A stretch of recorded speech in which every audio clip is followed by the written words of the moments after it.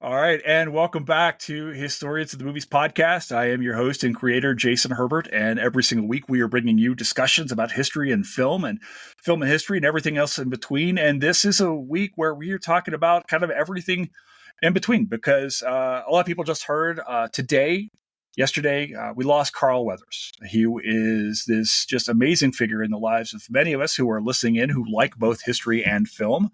And we thought it was, in a lot of ways, our two guests here actually really responsible. We actually are all kind of, our friendships are based on a movie that Carl Weathers starred in, going all the way back to Predator. And of course, I'm talking about two of my best friends in the entire world, two guys I just absolutely love and adore. I can't believe I'm saying that out loud.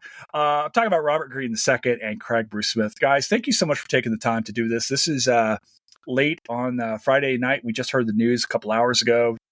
You wanted to jump in. So thanks for being here, guys, tonight. Thanks for having us, especially. I think we're the only two you could scare up on such short notice.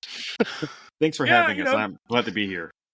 Yeah, you're really like the last two friends on HATM. You're actually the first two friends, right? And I've told this story before, but the whole idea of HATM, even before we started the Sunday night thing like 6 years ago, kind of goes back to a conversation that the three of us kind of had on Twitter. We didn't really know each other. I had tweeted, or Craig had tweeted, or Rob had tweeted, whatever. We all ended up in a conversation on Twitter. Yeah, there was like 5 people on Twitter back then. Back in the old days. Back in the good days. Back in like 2017 Twitter, like in the 140 character days or whatever it was back then. About how much we love the movie Predator. And this has been a running joke amongst us, running fight amongst us between what our favorite Arnold Schwarzenegger film is. Arnold, of course, came out and gave a real nice talk about Carl Weathers today as well. Many people have. And then from there, we kind of had this discuss like, oh, wait, historians like movies too. Cool. And then here we are. I'm sitting in a dark basement because my internet doesn't really work properly. You guys are not in basements. Craig looks like he's got full electricity. I do. Out there. So, hey, for anybody. That's what you get when you write something about Ben Franklin. You get electricity. Oh, yeah. Well, I named a child after Ben Franklin, and I have no electricity right now. Just real quick, this might be some people's first time listening to the pod. You guys want to introduce yourselves and like what you do? Rob, do you want to go first? Sure. I am Dr. Robert Greene II. I'm an assistant professor of history at Claflin University in South Carolina. I'm also the president of the African American Intellectual History Society, and I'm the co-host of the podcast Our New South with Kevin Blackistone. Very excited about that pod, Rob. He was also just featured by the American Historical Association as like the member of the month or some other fancy saw that. Title. Did not name drop us at all. No, because he's big time now. Thanks for that. Doesn't hurt. I am not big time. I can assure you of that. So he now will be conducting the cattle call interviews in the AHA ballroom. Oh, lovely. Craig, who are you? Why are you here, sir? Craig Smith, or Craig Bruce Smith officially. I am associate professor of history at National Defense University and author of American Honor. Because I'm at National Defense University, I have to say that all views are my own, not those of the DoD, the U.S. government, or Ivan Drago. I wonder what the federal government's official position on Carl Weathers is. Like, if we should reach out to someone and be like, "Hey, do we have a statement?" I actually have an answer for this. So, because he played a Navy SEAL twice in Assault on Devil's Island, co-starring Hulk Hogan. I believe it was the Naval Press just put out a statement mourning because of his portrayal of Navy SEALs. So yes, there actually is a government entity that has a statement on Carl Weathers. Okay. All right. Well, all right. So for people listening, Craig and Rob and I were talking just before we hit record. We don't want this to be a sad thing. Of course, we feel for Carl's family and friends and all that, and we're sad too. But we want this to be kind of a celebration of this guy who actually played this huge role in our lives. Yeah. We're all about the same age, and he is looking back on his filmography. He's everywhere. Yeah. You know, it's kind of amazing. Guys, what are your first thoughts when we talk about Carl Weathers? Where does he come to mind? I call him, he is the Kevin Bacon or the Forrest Gump of the 1980s action movie. Oh. Why is that? Now, I'll tell you why. Because if you think about it, what's the dominant feud of the 80s is the Arnold-Stallone feud. He's the bridge between them. So you've got him in, obviously, as Apollo Creed. You've got him as Dylan in Predator. But he links so many other figures because who does he touch on? You've got Stallone. You've got Lundgren as Ivan Drago. You've got Arnold, obviously. You've got Jesse Ventura. You've got even Van Damme briefly as, Predator. In Predator, You still see him Right. as the jungle eye flashing Predator. And if you go back even further to, it's technically 78, but who's counting? Force 10 to Navarone. You bring in Harrison Ford and even Robert Shaw. So he touches so many of the key action figures of the 80s. I think he plays this really important role, and he's like the bridge between all of them. Yeah, I think you're absolutely right there. And I'd even go a step further and talk about how Carl Weathers is really one of the great support symbols of American culture in the last 40 years. Because if you think about more recent things he's been a part of the Star Wars franchise. Yeah. In a way that being in The Mandalorian, he was kind of reintroduced to a new generation of fans. But when I heard news of Carl Weathers' passing, I was surprised. And again, not to make this too somber a note, I was surprised by how saddened I was by his loss. Because while, you hear about celebrities passing away and it's tragic, when I heard that he had passed away, it made me realize, he's been an important part of my entire life. As long as I've been watching television and film, I've been enjoying film franchises, television series that relate to Carl Weathers. And also, another side note, it is funny how Carl Weathers is actually tied to so many different kinds of American masculinity. Not to get too academic with this on the History podcast, but we were just talking about his link to Hulk Hogan in a film. Austin Two Creed, films, Rob. You can't forget the sequel. Well, there you go. Right. But also in professional wrestling, Austin Creed talked about how his character in Total Nonstop Action Wrestling, Consequences Creed, was based on Apollo Creed. Or you think about Weathers' career in football as well. So he lived the kind of life that I think most American men could only dream of. He was an action star. He was an athlete. He did all these great things, and yet he was beloved by so many people at the same time. No, that's a great point, Rob. And if you go back to even his football career, I believe he was an undrafted player. Correct. What was it? San Diego State. And he plays for the Raiders, undrafted. That's like a rocky story in and of itself. And he retires early because he wants to commit to being an actor. So that's almost like Jim Brown. Granted, I'm not saying that they had the same playing career, but Jim Brown deciding, I want to finish this, Dirty Dozen, and I'm not going back to play. Where it's Carl Weathers, following in his footsteps. You know what? I'm committing to acting rather than to football. Yeah. And I want to get into his acting range because, we think about these actors. We think about Denzel and Daniel Day-Lewis. Carl Weathers had chops, especially for me when I go back and watch him. Rocky, the three of us did the Rocky 4 pod. When we watched the special edition, which really focuses in on him. And he's really good on those scenes that got it edited up. There's one other aspect of Carl Weathers' life that I'm familiar with, which is that, towards the end of his life, he was actually very active on social media, on Twitter, very eager to engage his fans. I myself even asked him if he would come on to do Rocky 2. And, he couldn't. He very politely demurred. He was like, hey, I'm honored. I'm probably not the right guy for that, but thank you. And, Dick gave us his sign off, which was be peace, right? He's Apollo Creed told me no, and I was over the moon. Carl Weathers was kind enough. Could have told Rocky no, and then he'd still be all right today. With these celebrities get asked of so many different things. Yeah. And I'm just a guy, right? I'm a guy with a podcast, right? But he was so kind and so nice to even in a moment where he had to tell a fan, hey, I'm sorry. At least he took the time to say, hey, thank you. Really appreciate it. Can't do it. But, Thanks. And I was so happy. I remember tweeting, I was like, I talked to Carl Weathers today. This was cool. Didn't we all do that at some point? Because I know he Yeah. responded to me. I remember when he got cast in The Mandalorian, so he's playing, an alien. And so I said to him, "Oh no, Carl, you don't have good luck fighting aliens." And then he responded like, ha ha ha ha, be peace, Right. or whatever he said. I was like, oh, Dylan. Right.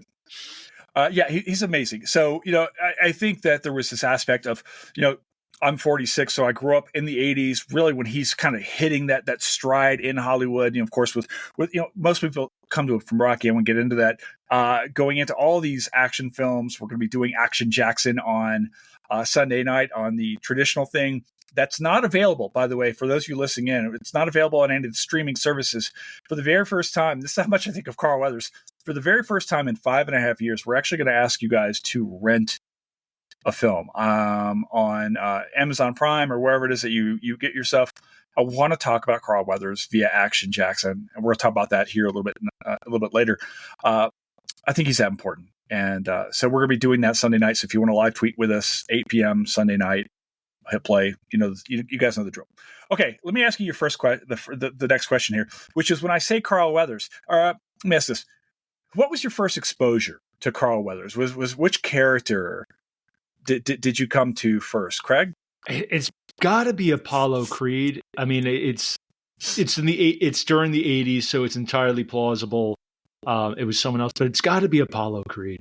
And as much as I love Predator, and I love Predator, despite the fact I think that Predator has his most iconic scene, which is the greatest handshake of all time. Sidebar on that real fast.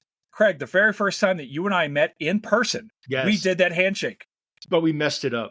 I messed it up. I didn't know. Too excited. Well, I was talking to a man who was 6 foot 19 inches tall, and that was you. So I was like, where does my hand go? I mean, if you haven't met Craig Bruce Smith yet, trying to shake hands with him is like trying to dunk a basketball. That's how tall Craig is. So, but go on. Yeah, but we ended up doing the Rocky 3, jumping in the surf and like hugging instead. So, yeah, that's nice. I think it has to be Apollo Creed, and Apollo Creed is the iconic character. I mean, him in his red, white, and blue trunks, his Uncle Sam, or his George Washington look. I mean, he was like the larger than life figure. Yeah. And if we're talking Rocky, Apollo Creed was always better than Rocky. Oh, absolutely. And Rocky knew it.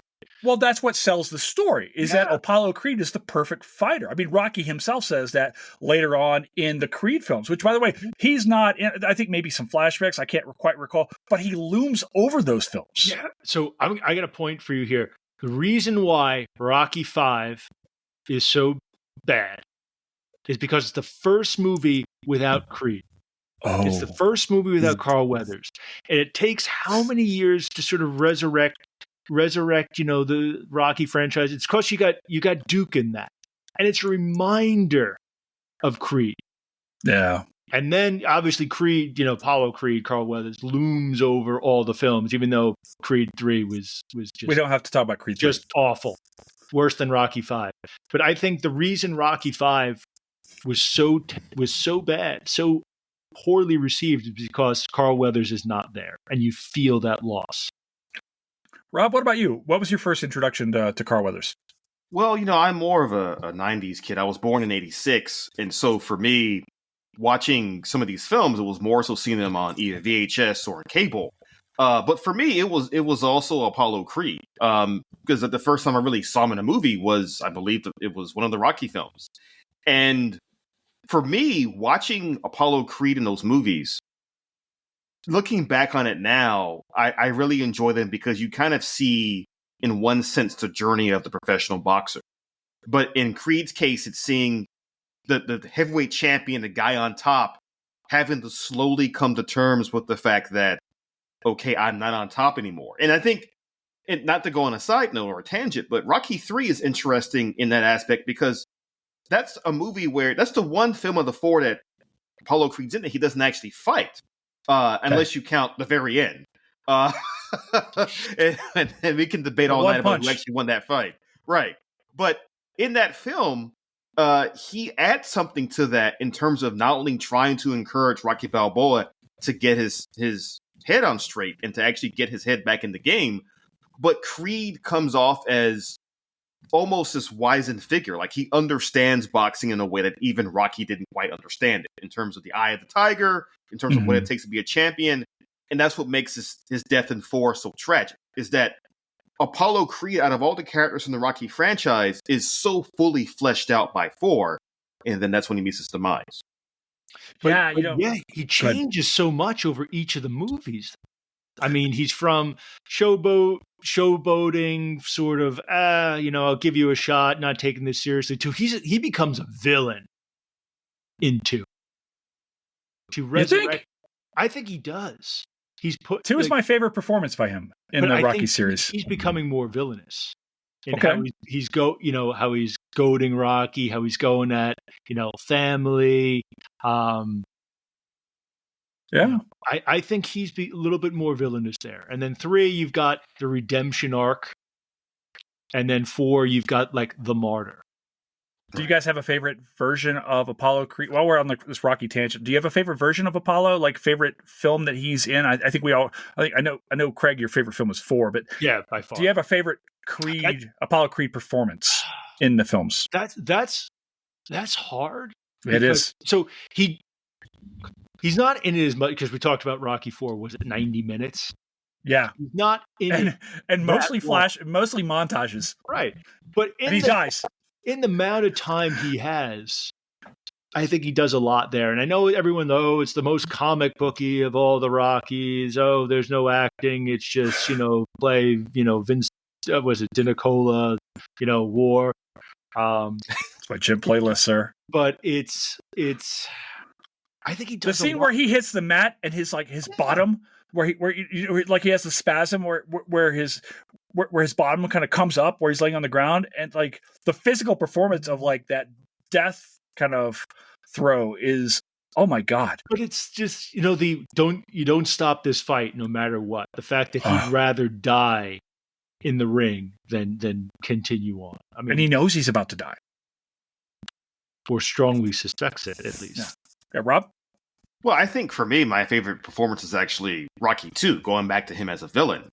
Yeah, me too. In the sense that in that movie, I've always felt that although Ivan Drago, of course, kills Apollo Creed in 4, Clubber Lang knocks out Rocky in 3, I've always felt that the worst beating Rocky took in the movies was actually in 2. Because Apollo Creed, in the first movie, doesn't take Rocky that seriously, and then he slowly realizes, oh, this is actually a real fight. In 2, he's coming into that to knock Rocky out. And there's that great moment before the final round where Duke tells Apollo, don't go for the knockout. You've got it won. And Apollo doesn't listen to him. It's the height of hubris. And yet I understand. Again, Apollo is a villain. He's very villainous. And yet I understand what he's trying to do. He has to prove something to himself at the first fight. Although he knows deep down it wasn't a fluke, he cannot accept. He cannot knock this guy out. And so I love his performance in 2. And also, you see in 2 how Apollo Creed is not just wounded by that first fight in the sense of not knocking this guy out, but there is a genuine sense of pride that he feels in his craftsmanship as a boxer, that he feels a need to answer to, that he has to win this fight decisively. Otherwise, his career is incomplete. Yeah, quick shout out to Tony Burton. Just doing so much work. Really, he got, we talk about the Rocky films, the first film being a love story, and all these different, really cool, different arcs. Tony Burton's Duke does so much in so little time. That whole don't punch with him, like you're saying, Rob, at the end of 2. God, yeah. This is a man in Apollo who is really wrestling with himself. So, Craig, you're absolutely right. It's almost like he's betraying who he is by going after Rocky's family and this, that, and the other. It's, of course, he's the showman and things like that. And of course, you can't see Apollo without thinking about Muhammad Ali, this ultimate perfect fighter, this showman, all that. And of course, look, Carl Weathers is like a perfect physical specimen on screen in those films, even in like Rocky IV, the one where he gets killed. the dude looks like a fighter. But even in Rocky 1, and this is before like the real workout craze, when he looks the part. Yeah, he really does.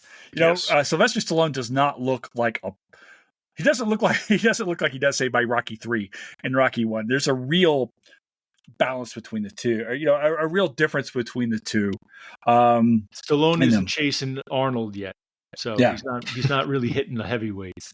All right, so we've got the Rocky films all the way through Rocky 4 in 1985, when Sylvester Stallone, the year before Rob is born, defeats communism. So that was cool. We've been over that. And it goes immediately from, say, 85, 2 years later, he's in Predator. Can we talk about Carl Weathers in Predator and what we see in this character and what he brings to that role and that dynamic in this film? And we can talk about Schwarzenegger. God knows I want to talk about Bill Duke, who I love. Let's talk about that. Predator, gentlemen, go. It was such a complete flip from Apollo Creed. You still got, the hubris, the arrogance. There's that element there, which he did so well, but Dylan is a very different character from Creed. And, Dylan's lying to his friends. He's using his friends. But what's great about bringing in Carl Weathers, there's very few people you could cast in a movie in 1987 that realistically, in any sense, could be any sort of foil for Schwarzenegger. Yeah. Very few. He's one of them. And if you think about that movie, and I know we've said it, some other podcasts have probably said it, the manliest collection of men that's ever been, should have won an Oscar for testosterone. Right. Like he fits in there. And when he comes on screen, he's got gravitas. You can believe that he's arm wrestling, handshake arm wrestling with Arnold. You could buy it. But at the same time, it creates some drama because people are used to seeing him as a hero by Rocky 4. Yeah. And then having him play against type as the CIA agent who's pushing too many pencils and willing to sell out his friends. It's different, but it's compelling. Rob? And yet, as you watch Predator, one of the things about Carl Weathers as Dylan is that you're absolutely right. He's slimy at times. You can't believe he's stabbed Dutch in the back like this. And yet his death scene is still tragic. Like, you still root for him when he's fighting the Predator because you're thinking, okay, if he can just get out of this somehow. And of course he doesn't. But we get a character arc out of Dylan in what little screen time this is in a super macho film with all of these guys, and Schwarzenegger and Stallone, Ventura and Sonny Landham and Jesse, and all these others. And yet we find ourselves like when he's like, I'm going back. We know he's going to die. We're rooting for him anyway.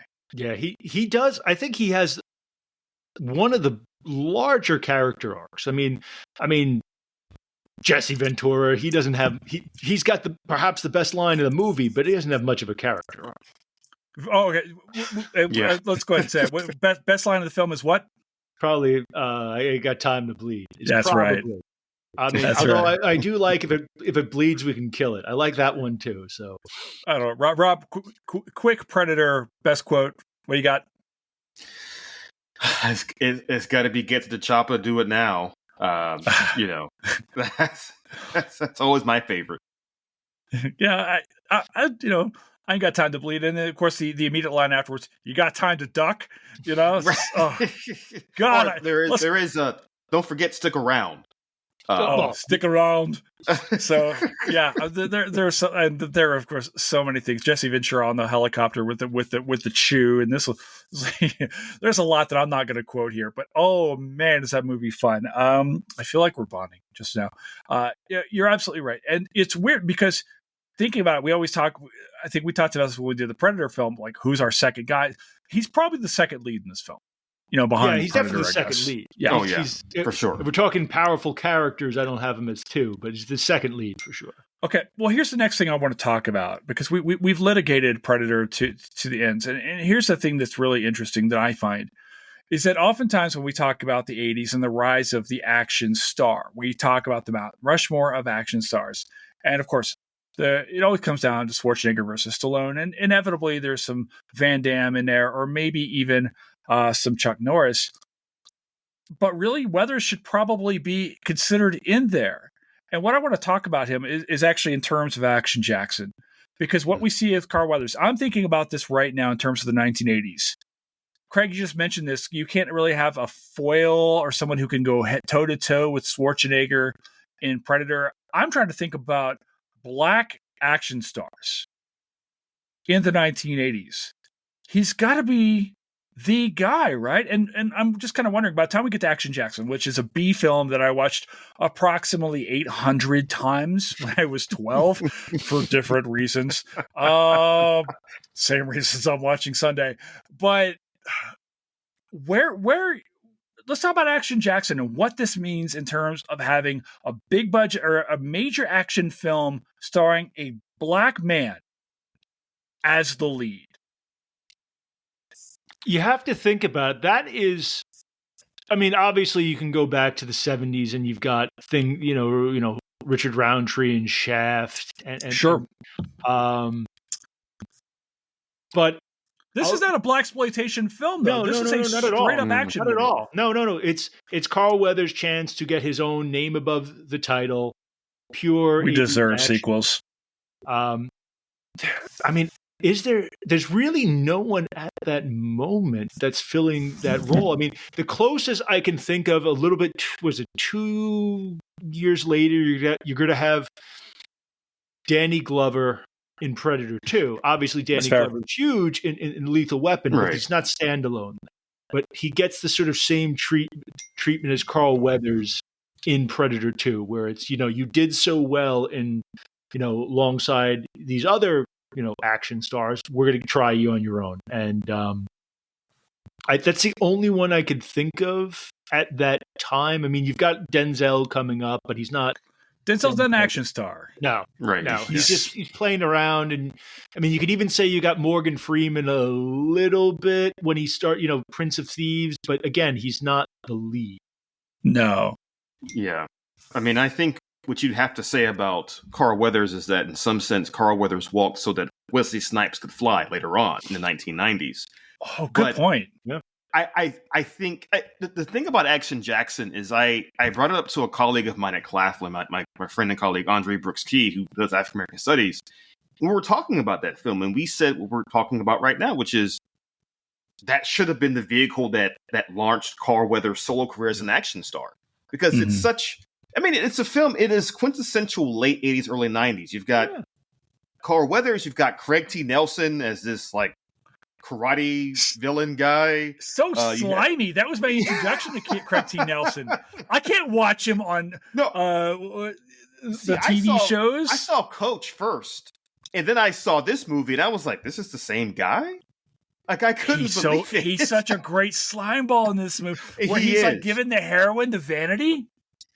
I mean, and Vanity, of course, is another sign of when this movie was made, right? But I think Action Jackson is one of whatever you want to do off camera. But I think Action Jackson is one of those movies. It's a reminder of how strong the 80s were in terms of action films, because we have this first tier of action movies, but Action Jackson fits very neatly in that second tier of, this movie is on, you're going to have a good time regardless. And Carl Weathers is a big part of that.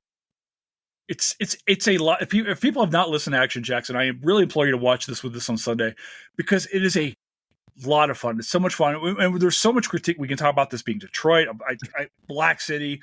Carl Weathers being the embodiment of Black masculinity in, arguably the blackest city in the country. You're kind of in that era. We think about maybe Detroit, Baltimore, New Orleans, but definitely amongst them, right? And there's all these stories. Bill Duke's in that movie. I love Bill Duke. There's so much there. And of course, they're doing some really interesting stuff. There's the flirtation between Action Jackson and Sharon Stone's character, a white woman, right? And whether, of course, what happens to her. If you're not listening, I don't want to spoil the film. really fun action scenes. Here's my thought now, as we're talking this, I'm like, why didn't we get Action Jackson sequels? You know? That's honestly surprising considering how many, by the 90s, you're getting direct to video or later direct to DVD. Right. Or even, like TBS, TNT, which are showing Carl Weathers movies around the clock basically anyway. Yeah. Why are there not? I mean, Dolph Lundgren made a career off of straight to DVD in the 90s. I know we're historians. Can I give you guys some numbers? Sure. Please, the budget for Action Jackson is $7 million. For an 80s action movie, even then, that's nothing. Box office was $65 million, and that's before we count in VHS sales, licensing rights to like TNT, which was on nonstop. This movie did tremendous profit that not for the studios with those numbers? I mean, I'm not a movie exec, but that seems to have made money. No, and actually, Rob, I think is onto something here when we talk about Carl Weathers, about the idea that Carl Weathers can walk so that Wesley Snipes can fly. So, and frankly, I think you could draw lines to Chadwick Boseman. Rest in peace. God rest him, man. Could have been that next guy. It's like, I don't know that Boseman becomes like the next super action hero, but his work in Black Panther, and he does some really cool detective stuff. Like Carl Weathers legitimizes action hero stuff as a black man. Does he not? By the time we've got Action Jackson. Well, I think you could even go further than that, because I think he is a figure that, regardless of race, that because of Apollo Creed, he is mainstream. And because he's good. Because of Apollo Creed, he is like a patriotic symbol. Okay. And, he's dressed like Uncle Sam. It's not, there's no issue there. So I think you make a fair point, but I think it's even beyond that, yeah, he is absolutely, an early, early. Is he the first, black action hero? Maybe not, if we're going a little bit back a little further, but he's certainly among them. And I think he's an action hero for anyone. I think that's even more impressive for his career. Man, I'm a 9-10-year-old kid, and I am like watching this dude, thinking he's that first shot in Action Jackson when the kid runs up to the desk, and the camera all the way up, and then the kid faints. So good. Rob, what do you think? I mean, I think again he is great in Action Jackson, and in fact, one of my favorite action movie lines ever is from that film. Say it. Do it. How do you like your ribs? Oh, yes. God, I love that. Well, it's my favorite quote by him. He says, "Barbecue, huh? How do you like your ribs?" And it is quintessential 1980s action movie, right? In that moment. God, I love it. Yes. But it is also interesting though, with going back to Craig's point about Carl Weathers as a patriotic figure. I think you're absolutely right, because he in the early to mid 90s he was playing a lot of different kinds of roles, and it was, and you kind of got the sense that he could do action movies at any time, but he could do more serious, sophisticated roles as well. Not to say that action movies aren't sophisticated, because they actually tell stories in a really interesting manner. But the other role, if you're asking me about roles I know him best for, it's obviously Apollo Creed, Dylan, and Action Jackson. But right after that is his recurring role in The Heat of the Night in the mid 1990s, a television series. Mm-hmm. Where he's doing a somewhat passable Southern accent, but it's the kind of role where he could do action at any moment, but most of it is just him playing a dramatic role, and it's actually really great to see. But let's talk, but also not just drama. Let's talk about his comedy. We have to talk about obviously Happy Gilmore. Well, I want to get there, right? Because we're certainly working our way towards Happy Gilmore. I want to ask you guys. So, Action Jackson comes out in '88. Rob's talking absolutely. He starts to make this a little bit of a pivot. We see him on TV a little bit. He does 9 episodes on Tour of Duty, the Vietnam War film, Vietnam War series that was on. Of course, Vietnam was all over the cultural zeitgeist at the time. I watched that show like crazy. I mean, is maybe this is the prequel to Dylan and Dutch in Vietnam. Well, here's the interesting thing that Weathers pivots to television in the late 80s and early 90s in ways that we don't see mainstream actors doing until the 2000 teens, realistically.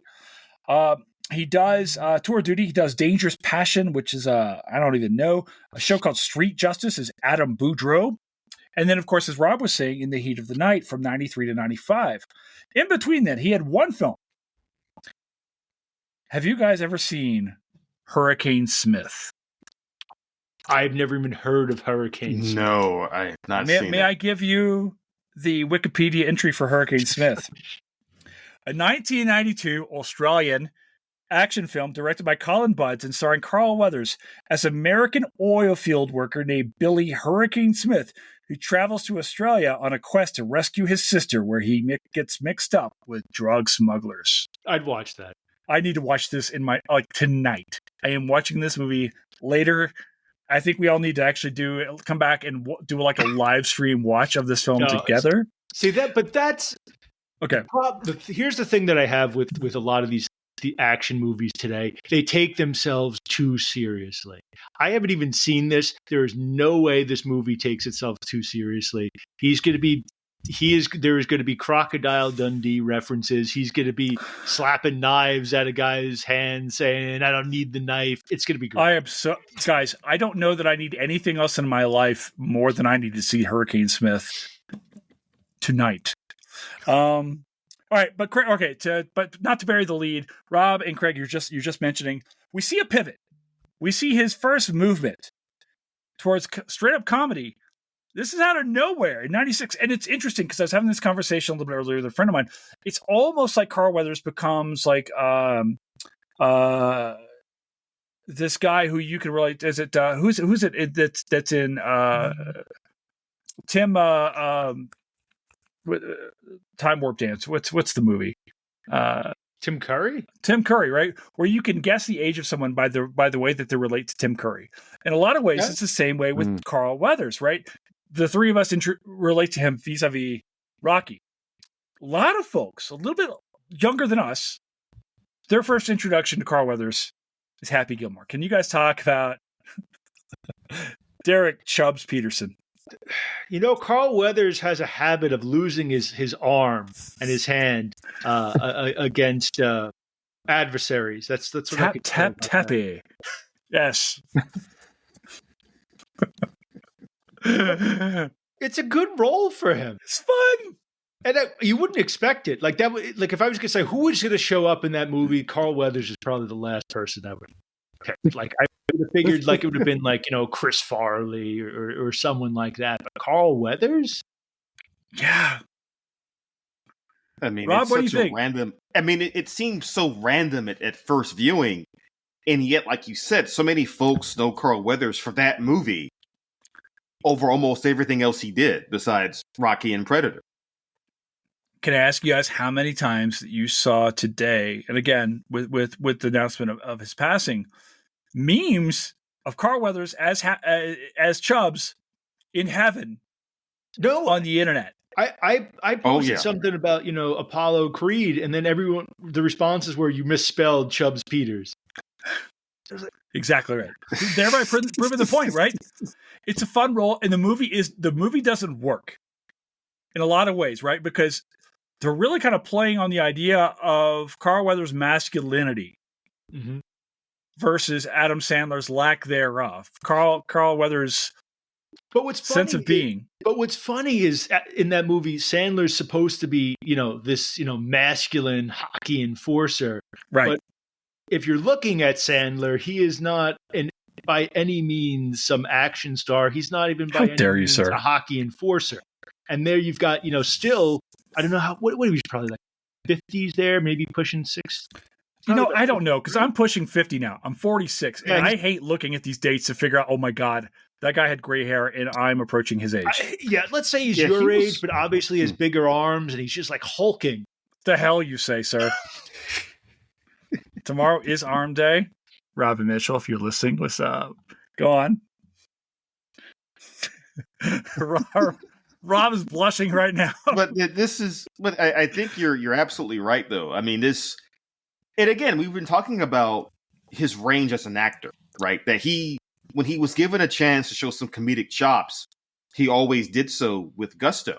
And in fact, I would even say that in a lot of ways, he represents the arc that several 80s action movie stars made, right? Because, Schwarzenegger did the same thing. He would show his comedic chops all the time. These were men who were willing to, they were willing to expand their horizons of what they're doing in film and television. Right. And he's so much fun. And that's really the thing, looking back today, when we start to think about, wait, what Carl Weathers do? And he had actually this tremendous range. He's so much fun. You don't think about Apollo Creed or Dylan as Chubbs. And all I can think about is Weathers' own mindset where he's like, yeah, I want to take this role on. This will be fun, and I'm going to play it. And like, I'm going to go be in this dumb movie about this hockey player with this kid from Saturday Night Live. And he's so much fun in this movie. The thing with the alligator, it's just great. God, I love him. I think he steals every scene he's in from Sandler. Does. Oh, definitely. Rob, what do you think? I mean, he's... Oh, yeah, definitely. No question about it. My favorite is when Happy Adam Sandler's apologizing. You're smart. I'm dumb. You're handsome. I'm not very good looking. And he replies, well, I'm just happy you could admit that. I just want to say that after Julie Bowen, Carl Weathers is my favorite part of the film. So, he almost steals the film. All right. So 96, he's got this really interesting that's going on. So he comes out with this film, 96, comes back again, apparently with a real friendship with Adam Sandler, because he does a cameo as Chubbs again in Little Nicky. Did you know this? I know the movie exists. Let's not ever talk about it again. I have So is Chubbs in heaven or hell? Because wasn't Little Nicky like the devil's son or something? I don't know.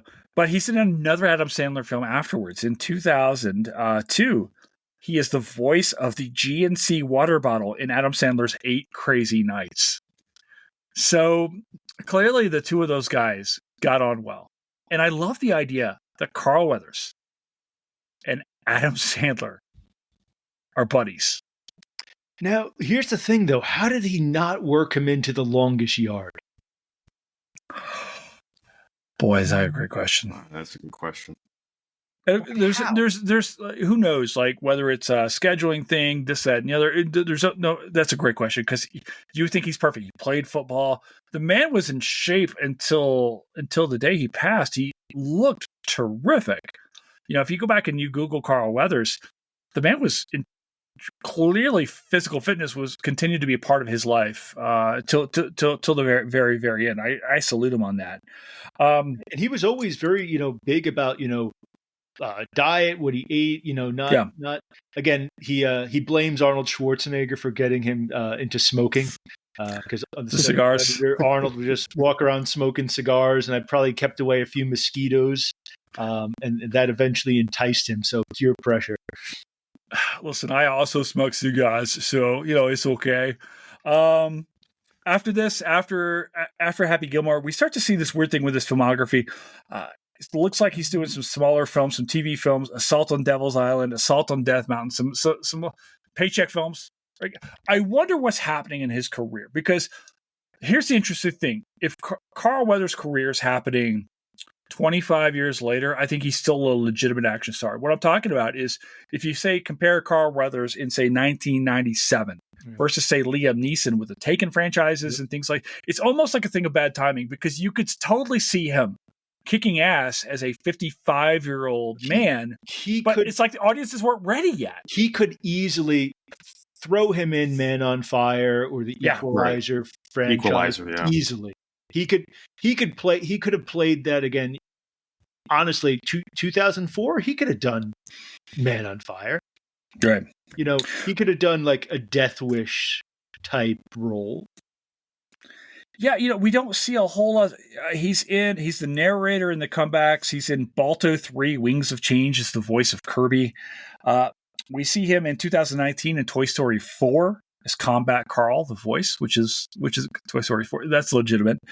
There's something else going on, and I don't know enough about Carl's career or the way that Hollywood is working, but there's a difference in his career afterwards, and I feel like we missed something here.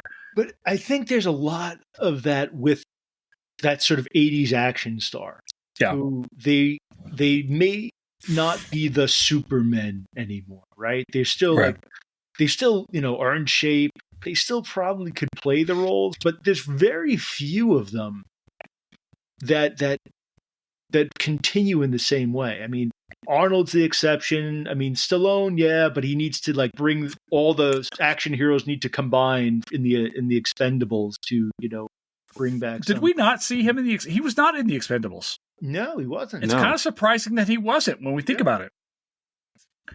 And again, this could have been yeah, again, I don't want to say he was being boxed out by Hollywood, because perhaps like he made these decisions to not be. Who knows, right? Maybe he was. I don't know. He's a working actor throughout the early 2000s and through the 2010s. He kind of does some guest appearances. He's in ER in 2008. He's on Psych. He does some roles on Chicago PD and later on Chicago Justice, where he does 13 episodes there. He's on Law and Order SVU in 2018. And then we see a reemergence here. So this final group of people.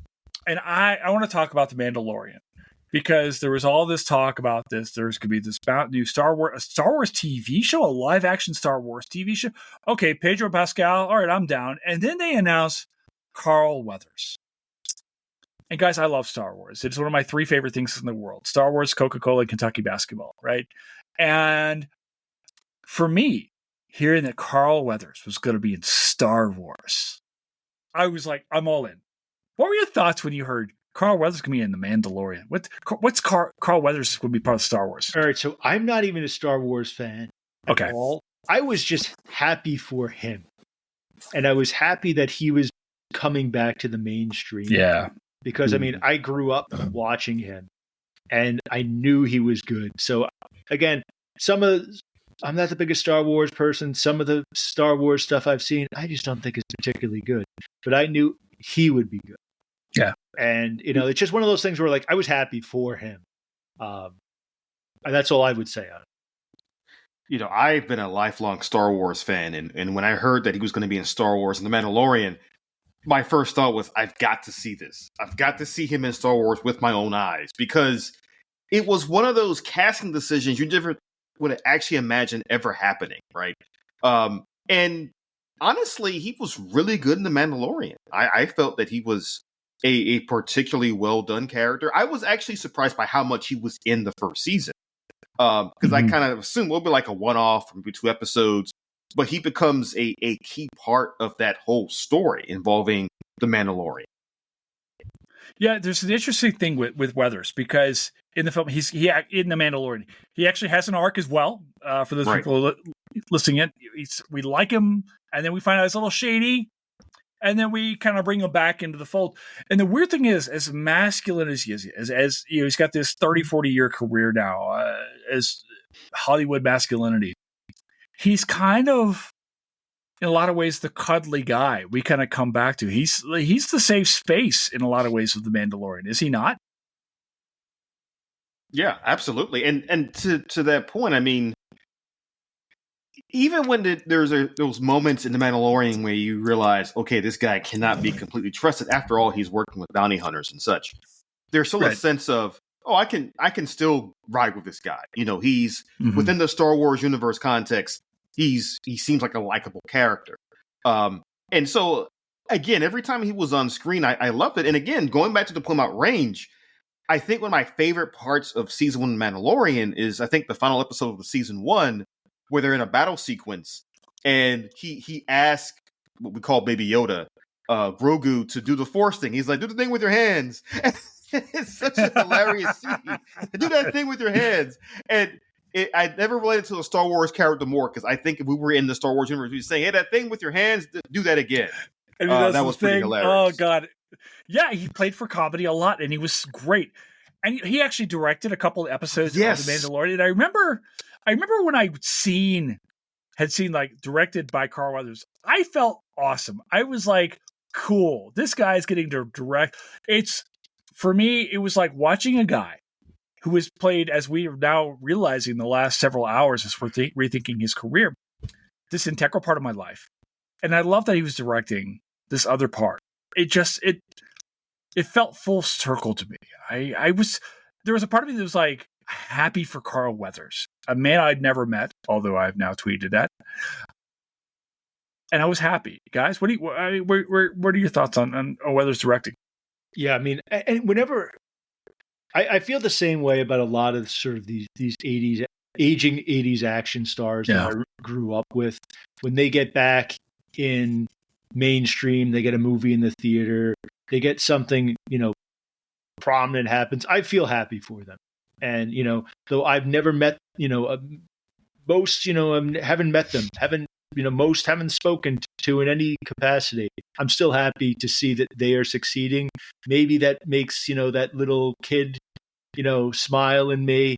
Maybe it makes me feel like I was part of it in a way that I don't with, newer actors or, and maybe others have that, but feel the same way about, who they grow up with. So I don't know, maybe, the Chris's, Pine or Evans or Pratt are going to be, the Carl Weathers or Stallones or Schwarzeneggers or Van Dams for some next generation. But it's just sort of like, I'm happy to see that. Carl Weathers starring, prominent role. I'm happy for him. Dolph Lundgren gets back in the movies off a DVD. I'm happy for him. Yeah. Van Damme gets an Amazon series. Good for you, JCVD. I don't know. I never really liked Van Damme. He always kind of seemed like an asshole to me, but I don't know. Rob?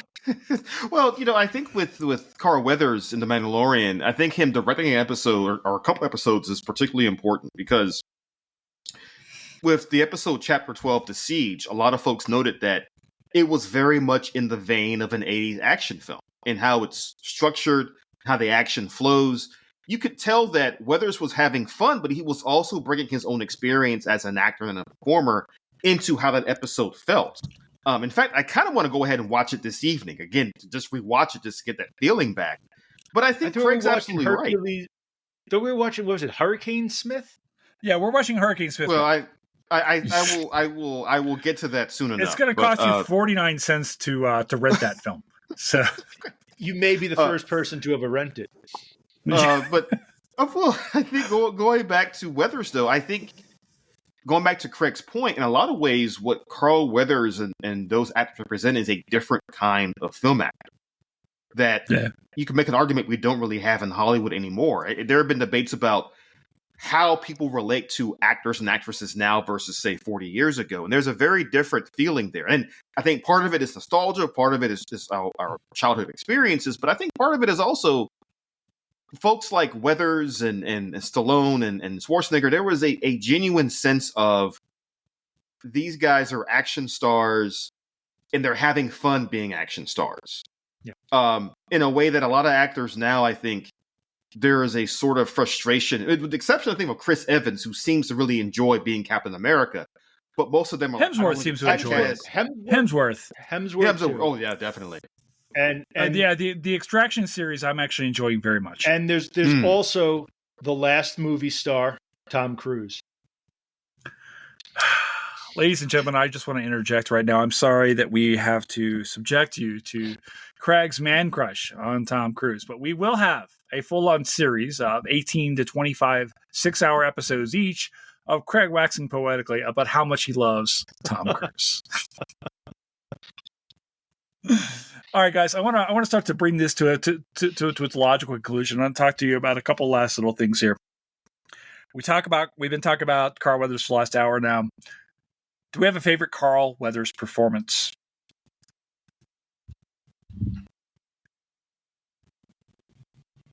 Again, you have to go with Apollo Creed just because of the duration. You get 4 movies to establish it, so that's not even fair. Right.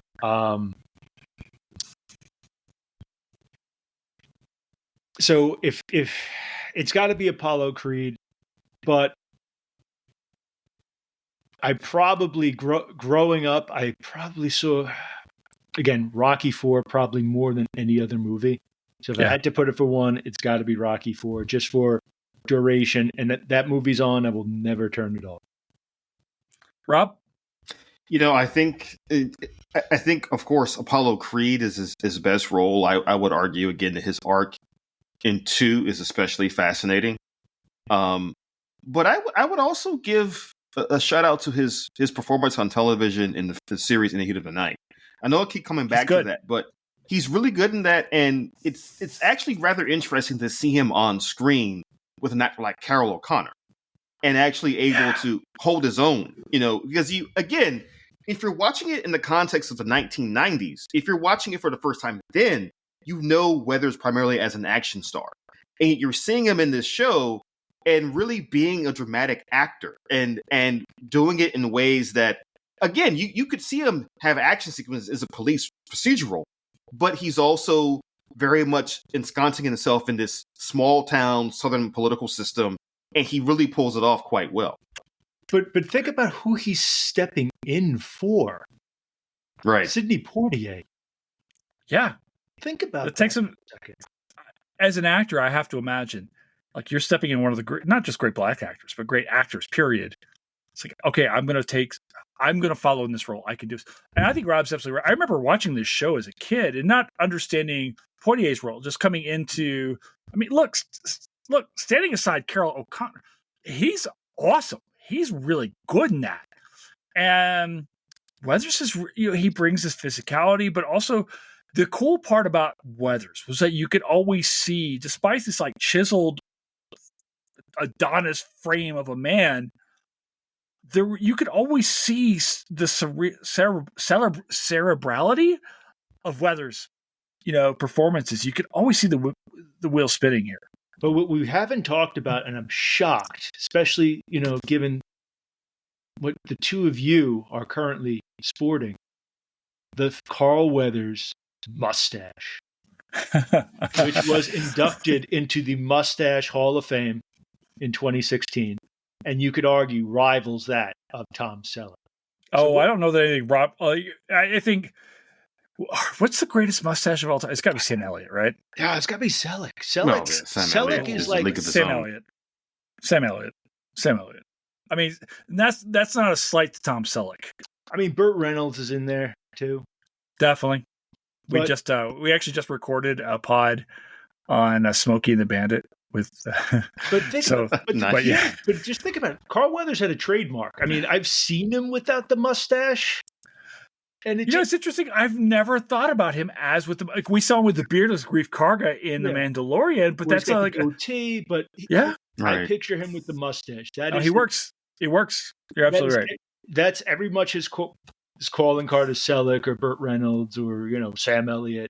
I do want to go on. I also am a Carl Weathers fan, which is the reason why I called this meeting tonight, and give my favorite Carl Weathers performance, which was as MP officer in Close Encounters of the Third Kind. So if you go back to watch that film, look for young Carl Weathers in 1977, the year of my birth. So this is like, this guy worked his way up. Now, obviously, I'm an Apollo Creed guy. Rocky 2 is my favorite of this entire series. I've told it's my favorite training montage. I think he's great, but he's great in everything. He's in all 4 of the films that he's featured in. He's just, you can't have Rocky, which is probably the best sports film franchise in history. Yeah, without having Carl Weathers as Apollo Creed, you cannot have it. What was crazy though, and I recently watched the Sly Sylvester Stallone Netflix documentary. As did I, yes. And Carl Weathers was only cast at the very last minute when the actor who was supposed to play Apollo Creed just couldn't make it for some reason. And it was just like they basically casted him based on he was there. Did you see Sylvester Stallone's Instagram post on Weathers passing? No, I didn't. I saw the Schwarzenegger one and I saw Adam Sandler's. I didn't see Stallone's. Stallone posted a video. Oh.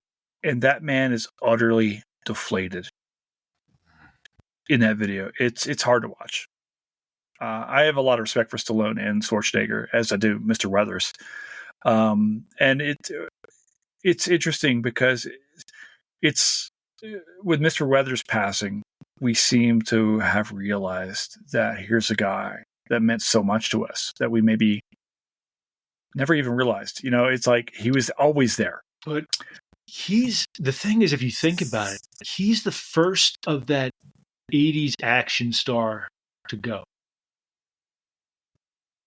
Oh, guys, I've been thinking all night about the idea that as Carl Weathers and Mr. Weathers passing, for those of us who grew up as children watching him and have steadily moved up now into our 30s and 40s and 50s and so forth, there is a sense of mortality as well. Yep. When Absolutely. our supermen begin to fall, what does this mean for our own lives? And I've thought about that a little bit today. I wonder as I head now, I'll be 47 in July, July 19th for any of you who would like to scam me or send presents. But as I start to wonder about what's my experience here, 75 feels young. Mr. Weathers was 75 when he passed. Feels young, and I'm not that far behind. So what does this mean? I want to ask you guys another thing real fast. Favorite quote? I retired more men than Social Security.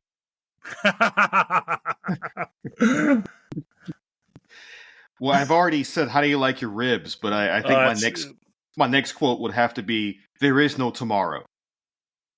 Oh yeah, from Rocky. Oh god, yeah. When you were saying that earlier, I was thinking about that. The quote. Oh my gosh, right. What about your favorite? And I didn't ask you about this earlier on in the email I sent to you guys earlier. But what about your favorite catchphrase from Rocky IV when they're introducing Apollo Creed, and he's got 37 different nicknames? Oh, I know what Craig's is. We all Do agreed about this. We did it on the Rocky IV one. We all Do it. agreed. Count of Monte Fisto. Count of Monte Fisto. God, I love it so very much. Oh gosh, man. Look, I think I echo the two of you guys when I say that I really hate that he passed. Finding out really affected me in ways I was not expecting. We're kind of used at some point in time to hearing that this celebrity passed or that celebrity passed or things like that. And Craig, you said earlier this one kind of affected you in ways you weren't expecting. Maybe. Final thoughts on Carl Weathers, what he meant to you guys as film buffs, as just guys. What do you think? He reminds me of a time when the muscles were big, the explosions were huge, and movies were fun. Well, not again, Jason. Not as big as mine. I know what you're saying. It's okay. Nah. You got ways to go. But it was a time when movies and actors didn't take themselves so seriously, like Ron said earlier, and they weren't all chasing Oscars. The action movies were like the pinnacle. It wasn't, I am doing an action movie so I can go do some prestige film with Spielberg. Weathers had done it already in 1977. Absolutely. Rob? I think one thing about Carl Weathers that I keep coming back to is he was, number one, such a versatile actor. But number two, I think about him, and I can't help but put this into the conversation as well. He was a black actor from New Orleans who was born during the Jim Crow era. And he got to see so much in his own lifetime. And he was able to live a life that everyone respected. I've been blown away by how many actors who work with him in all these different films are saying how much of a great guy he was and how much they're all gutted by his passing. And finally, I'll finish with this. We've forgotten one other role that younger folks know him for, which is he was in one of the more recent Mortal Kombat films, or Mortal Kombat video games. He does the voice of Jackson Briggs, which is basically him playing Dylan all over again. And so there are younger fans, Gen Zers, who know him as basically playing Dylan in a Mortal Kombat game. He lived such an incredible life as an actor and as a human being, and we should all be thankful that we got a chance to enjoy him while he was on this earth. Yeah, definitely. If you think about it, his life is more Cinderella story than Rocky's, a fictional character. He's great. It's great, guys.